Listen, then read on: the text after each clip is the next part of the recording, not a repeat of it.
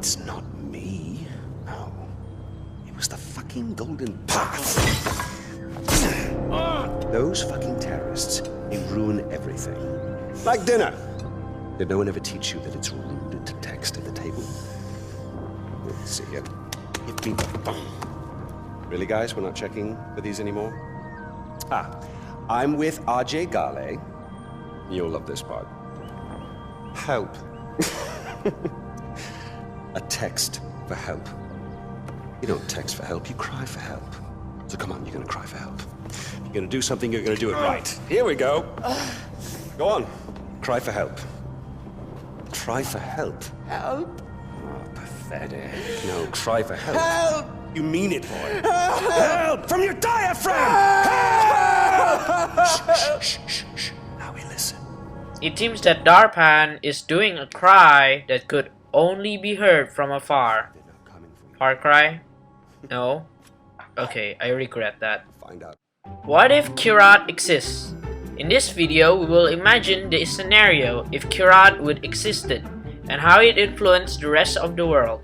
First of all, Kyrat is a non-fictional place, so we have to make it fictional through determining their location, finding their creation story or independence, and their global influence. Playing Far Cry 4 could already tells us the condition of Kyrat. It is a failed state, undeveloped, mountainous, or exactly Himalayan, and ruled by a king where he always keeps an eye on you and fool people with lame propagandas. Seriously though, have you seen his propagandas? The Ministry of Foreign Affairs welcomed you to Kyrat, a place of peace, animal tolerance, and definitely free of avalanche. Visit Kyrat today. I hope you enjoyed that propaganda parody. I have a fun time working on it. Anyways, Kyrat is also traditional, and it is located in the north of Patna, India. Well, I'm pretty sure all of you are wondering where I can get that information. Well, I get that from Far Cry Wikipedia, and this is what it says. Kyrat's location is never specified, but it lies somewhere north of Patna, India, which most likely is Nepal, which has the closest airport to Kyrat. Kyrat is also bordered to 3 countries, the Popular Republic to the south, Kumsa to the west, and Yidka to the east. If we look at Google Maps, by the way, this is India. If you do not recognize it, your cry isn't far enough. Never mind. Who made this thing? Oh wait, it's me.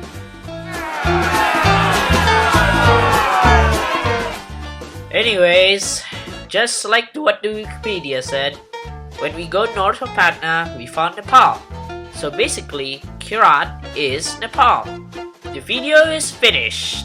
Leave a like and subscribe. But we're not finished. Because if Kyrat is Nepal, then its capital must be Kathmandu. But Kyrat is not Nepal because in the Far Cry 4 universe, Nepal does exist. Descendants Nepal, who have the closest public airport to Kyrat, means that Nepal does exist. The last sentence, however, gives us more clues, as Kyrat is bordered to 3 countries: Papir to the south, Kumsa to the west, and Yidka to the east. So basically, if we put it in a compass, it would say that Kyrat is in the north of the Papir Republic and Patna, to the east of Kumsa, and to the west of Yidka. At this point, I am very screwed and my head is about to blow off. But then, I look at north of Kathmandu, and then I found a national park called Sagarmatha, which totally saved me. And I believe that this place where Kyrat would be found if it existed in real life. Now, before you start getting pissed off and send a letter of YouTube asking to ban this channel for fraud, I actually have some proofs for you. First of all, this place is totally surrounded by mountains, such as Kyrat. And the people that we known as Sherpas as the traveling merchants in the game, which I'm pretty sure you will kill them all the time. No! Oh no! Call this place home.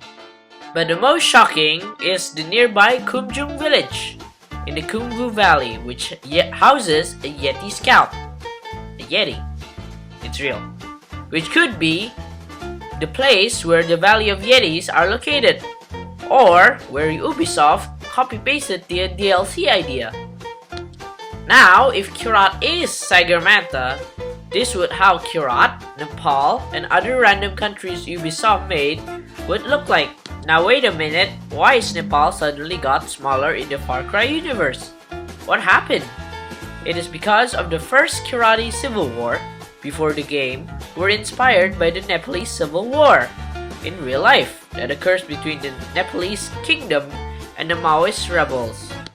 The first Kyrati Civil War occurs before the game, and thus occurs before all the rhino attacks. He's safe! Oh no!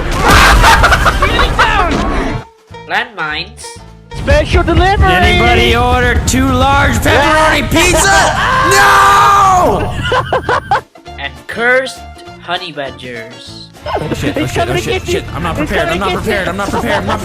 Ah! Get back! Okay, this part is confusing.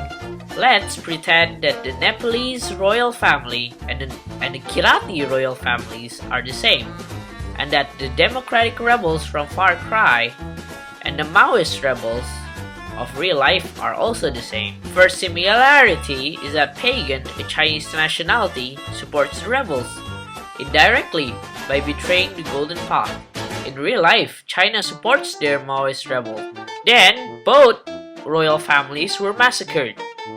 After that, Pagan Mins control more than 80% of Kyrat in the start of the second Kyrati Civil War, which we played in the game.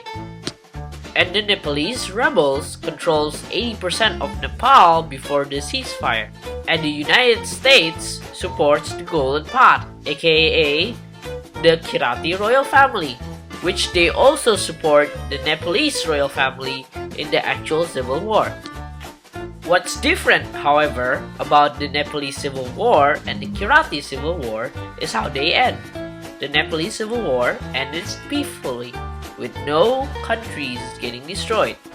But it seems that in the Far Cry 4 alternative universe, the Nepalese government fights the rebels a bit too long, giving the opportunity for 4 new countries to claim their independence, including Kyrat. Okay, the real question answered. In real life, Kyrat would be a boring / confusing nation to study in geography because it is quite small, poor, undeveloped, friends with dictatorships, no global connections, and most likely bankrupt after the 2015 Nepalese earthquake with other countries around it. But they will get a global world record, and they will be famous for hikers, as it houses Mount Everest. This is the end of the video. Hope you're not bored yet, and forgive any mistakes in this video, because I am not a skillful speaker or a movie editor, but only someone who happens to love alternative scenarios. Thank you guys, and see you guys next time.